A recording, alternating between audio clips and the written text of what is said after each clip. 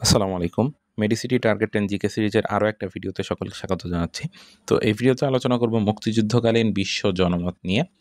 মুক্তিযুদ্ধের সময় বিশ্বে জনমত সৃষ্টিতে কারা ভূমিকা রেখেছিলেন এবং কী ধরনের ভূমিকা রেখেছিলেন সেই বিষয়গুলো নিয়েই আলোচনা হবে এই ভিডিওতে।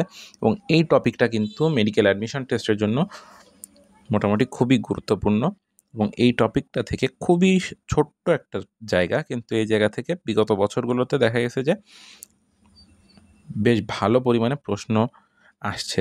তার মানে ভবিষ্যতেও এখান থেকে প্রশ্ন আসার সম্ভাবনা বেশি।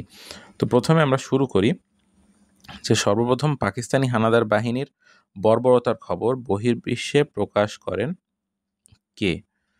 বহির্বিশ্বে প্রকাশ করেন ব্রিটিশ সাংবাদিক সাইমন ড্রিং।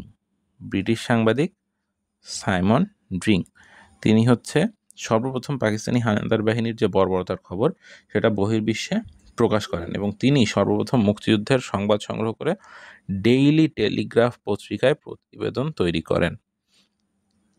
তো এখানে হচ্ছে দুইটা বিষয় এবং আরও একটি বিষয় আছে যে এই যে ডেইলি টেলিগ্রাফ পত্রিকায় প্রতিবেদন আকারে এখানে একটু বানানটা ভুল আছে, আকারে প্রেরণ করেন, যা tanks crash revolt in Pakistan শিরোনামে 30 মার্চ প্রকাশিত হয়।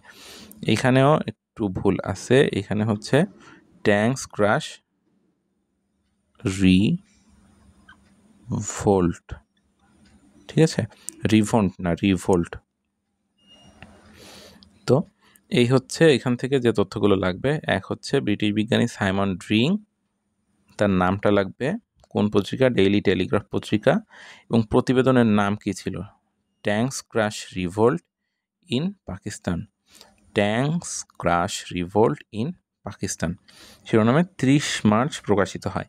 এর পরবর্তীতে যেটা লাগবে সেটা হচ্ছে বাংলাদেশের মুক্তিযুদ্ধে বিরোধিতা করে কোন দেশ? এক হচ্ছে চীন এবং যুক্তরাষ্ট্র। চীন এবং যুক্তরাষ্ট্র কিন্তু বাংলাদেশের মুক্তিযুদ্ধে বিরোধিতা করে এবং মুক্তিযুদ্ধে বাংলাদেশের পক্ষে ছিল হচ্ছে ভারত এবং সোভিয়েত ইউনিয়ন। এছাড়াও অন্যান্য দেশ পক্ষে ছিল, কিন্তু মূলত বড় দেশগুলোর মধ্যে ভারত এবং সোভিয়েত ইউনিয়ন হচ্ছে বাংলাদেশের মুক্তিযুদ্ধের পক্ষে ছিল। এর পরবর্তীতে যে বিষয়টা জানা লাগবে সেটা হচ্ছে কনসার্ট ফর বাংলাদেশ আয়োজন করা হয় নিউ ইয়র্কের ম্যাডিসন স্কোয়ার গার্ডেনে। নিউ ইয়র্কের ম্যাডিসন স্কোয়ার গার্ডেনে এটা কত তারিখে? 1 আগস্ট 1971। এটা খুবই ইম্পর্ট্যান্ট একটা তথ্য এবং এইটা কিন্তু বিগত বছরে মেডিকেল অ্যাডমিশন টেস্টে আসছে, এই প্রশ্নটা আসছে মেডিকেল অ্যাডমিশন টেস্টে আসা একটা প্রশ্ন। কি কনসার্ট ফর বাংলাদেশ আয়োজন করা হয় নিউ ইয়র্কের ম্যাডিসন স্কোয়ার গার্ডেনে। নিউ ইয়র্কের ম্যাডিসন স্কোয়ার গার্ডেনে। এবার হচ্ছে কনসার্ট ফর বাংলাদেশে উপস্থিত ছিলেন কারা কারা? যেমন এখান থেকে Pandit Ravishankar, George Harrison, Bob Dylan এবং ব্যান্ড দল হিসেবে ছিল বিটলস। এখানে বাকি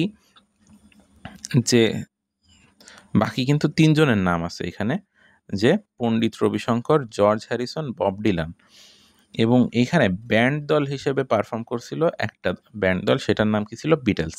এটা ইম্পর্ট্যান্ট, যেমন পাশাপাশি বাকি 3 জনের নামও এখানে ইম্পর্ট্যান্ট। তার মানে এই যে 5 নাম্বার যে পয়েন্টটা এখানে দেখা যাচ্ছে, কনসার্ট ফর বাংলাদেশে উপস্থিত ছিলেন কারা, পুরো পয়েন্টটাই খুবই ইম্পর্ট্যান্ট একটা পয়েন্ট, ঠিক আছে? যে Pandit Ravishankar, George Harrison, Bob Dylan এবং ব্যান্ড দল ছিল বিটলস। এবং এই কনসার্টে বাংলাদেশ গানটি পরিবেশন করেন কে? George Harrison. বাংলাদেশ গান পরিবেশন করে জর্জ হ্যারিসন। এই প্রশ্নটাও কিন্তু মেডিকেল অ্যাডমিশন টেস্টে বিগত বছরে আসা একটা প্রশ্ন। এর পরবর্তীতে সেপ্টেম্বর অন যশোর রোড মুক্তিযুদ্ধের সময় মার্কিন কবি অ্যালেন গিন্সবার্গ ভারতের শরণার্থী শিবির পরিদর্শনের সময় রচনা করেন। তো এইখানে মুক্তিযুদ্ধের, এখানে হবে, ঠিক আছে? মুক্তিযুদ্ধের সময় মার্কিন কবি অ্যালেন গিন্সবার্গ ভারতের শরণার্থী শিবির পরিদর্শনের সময় এই যে সেপ্টেম্বর অন যশোর রোড এটা রচনা করেন। September on Jessore road. এর পরবর্তীতে ফ্রেন্ডস অফ বাংলাদেশ পুরস্কার দেওয়া হয়েছে কাকে? ফ্রেন্ডস অফ বাংলাদেশ পুরস্কার দেওয়া হয়েছে হচ্ছে ফ্রান্সিস জুলিয়ানকে। ফ্রেন্ডস অফ বাংলাদেশ পুরস্কার দেওয়া হয়েছে ফ্রান্সিস জুলিয়ানকে। তো এই ছিল মোটামুটি মুক্তিযুদ্ধকালীন বিশ্বে যারা জনমত সৃষ্টি করেছিলেন তাদের ব্যাপারে আলোচনা। তো পরবর্তী ভিডিওতে দেখা হবে ইনশাল্লাহ।